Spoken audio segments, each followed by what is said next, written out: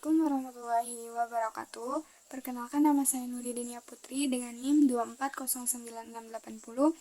Di sini saya akan mempresentasikan hasil praktikum kami mengenai karakteristik induktor dan potensiometer. Pertama, pada pendahuluan ada pertanyaan penelitian, tujuan, dan hipotesis. Apa sih pertanyaan penelitiannya? Yang pertama, bagaimana cara kerja induktor pada suatu listrik? Yang kedua, bagaimana karakteristik rangkaian jembatan Wheatstone? Dan yang ketiga, mengapa perlu adanya penggunaan standar dan rangkaian potensiometer? Tujuannya agar dapat mengetahui cara kerja induktor pada listrik, mengetahui karakteristik jembatan Wheatstone, dan mengetahui pentingnya penggunaan rangkaian potensiometer. Nah, hipotesis yang dapat saya ambil dari percobaan ini adalah bahwa induktor kosong dan induktor yang disisipi inti besi memiliki nilai hambatan listrik yang berbeda. Karena induktor yang disisipi inti besi ini memiliki hambatan yang lebih besar dibandingkan dengan induktor kosong yang biasanya memiliki hambatan yang lebih kecil. Yang kedua, beda potensial dan JGL-nya pada baterai memiliki nilai yang berbeda. Beda potensial memiliki nilai yang lebih kecil dibanding GGL karena terdapat penurunan tegangan di dalam baterai. Dan yang ketiga, beda potensial listrik dan GGL pada baterai dapat diukur menggunakan voltmeter. Nah, metode pengumpulan data ini kita perlu menyiapkan alat dan bahannya. Yang pertama harus ada power supply atau sumber tegangan, multitester, galvanometer, rheostat, kabel penghubung, baterai, jembatan Wheatstone, hambatan bangku, lilitan kumparan, dan juga inti besi. Nah, prosedur percobaan yang kami lakukan, hubungkan komponen-komponen rangkaian dasar R1, R2, R3 yang disusun dalam bentuk persegi. Nah, sambungkan sumber tegangan DC di kedua ujung rangkaian dan hubungkan ke galvanometer di antara titik tengah antara R1 dan juga R2. Kemudian atur nilai resistor R3 hingga galvanometer menunjukkan pembacaan 0 dengan cara menggeser-geser pada kawat di atas jembatan Wheatstone-nya.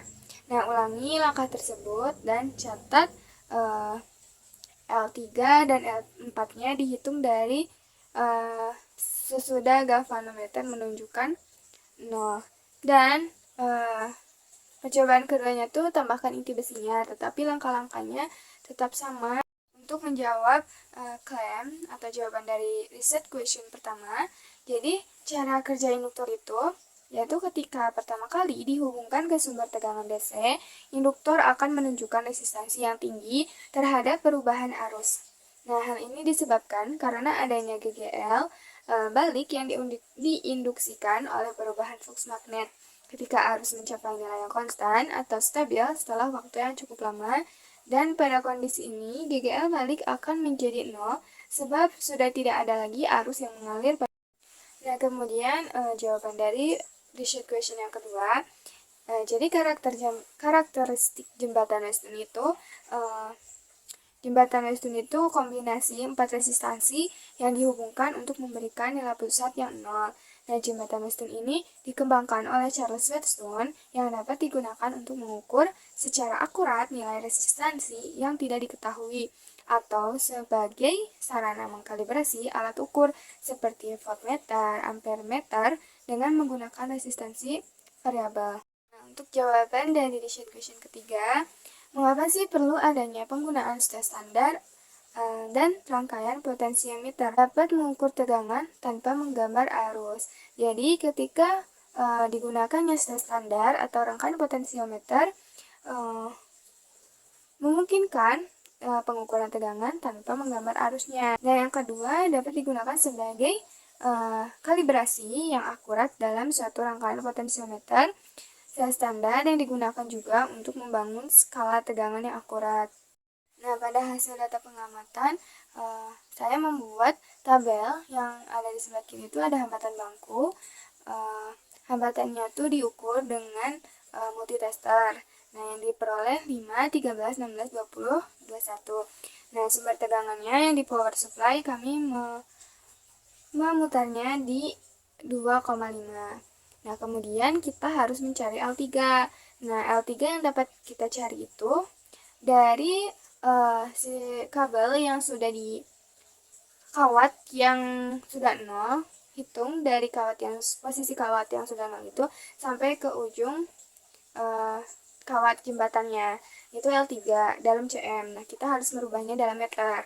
Nah, kemudian tinggal kurangin aja L3 tadi dikurangi 100, jadi hasilnya 42, lalu rubahlah ke 0,42. Kenapa dikurangi 100? Karena panjang kawatnya tuh di pengukurannya sebesar 100. Nah, jangan lupa juga kita harus mengukur kuat arusnya. Nah, skala yang terukurnya itu ada 2.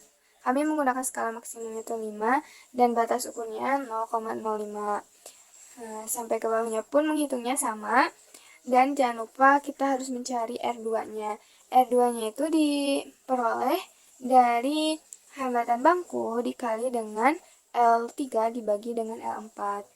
Itu yang menggunakan inti besi. Nah, yang bawahnya tuh tanpa menggunakan inti besi, jadi induktor yang kosong. Hambatan bangkunya itu ada 21, 20, 16, 12, dan 5. Sama, itu juga menggunakan multitester. Dan sumber tegangannya pun sama, tetap di 2,5. Dan kemudian mencari L3, dicari dengan menggeser-geserkan kabel itu di kawat sampai si galvanometernya tuh di 0. Lalu hitung dari titik yang sudah di 0 itu sampai ke akhir, dan L4 dari titik 0 sampai ke akhir di sebelah kirinya. Itu tidak beda jauh.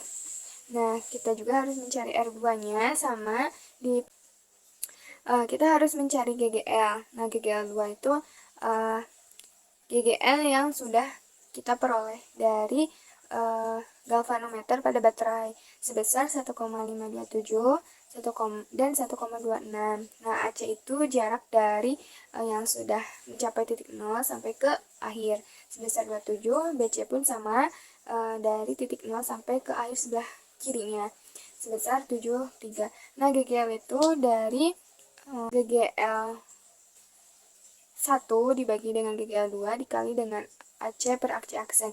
Jadi saya mengambilnya AC aksen itu yang BC. Nah, kalau AC yang 27. Jadi dicari dengan 1,527 dikali dengan 27 dibagi dengan 73 menghasilkan 0,56. Semua ini tabel ini menunjukkan bahwa hambatan yang disisipi inti besi akan berbeda dengan yang hanya di induktor kosong, karena inti besi itu memiliki besaran magnetik yang memiliki angka yang jauh lebih tinggi. Kesimpulan yang dapat saya ambil bahwa hambatan listrik induktor kosong lebih kecil dibandingkan dengan induktor yang disisipi inti besi. Mengapa? Karena disebabkan oleh induktor dengan inti besi menunjukkan hambatan AC-nya yang jauh lebih besar. Kenapa besar? Karena induktansinya juga jauh lebih tinggi akibat permeabilitas magnetik besi yang jauh lebih besar. Yang kedua, bahwa GGL itu dan beda potensial memiliki nilai yang berbeda karena disebabkan oleh penurunan tegangan pada resistansi internal sumbernya. Dan jika arus yang mengalir sangat kecil, maka GGL dan beda potensial akan mendekati nilai yang sama. Terima kasih. Mungkin itu saja yang dapat saya sampaikan. Mohon maaf bila banyak kesalahan. Wassalamualaikum warahmatullahi wabarakatuh.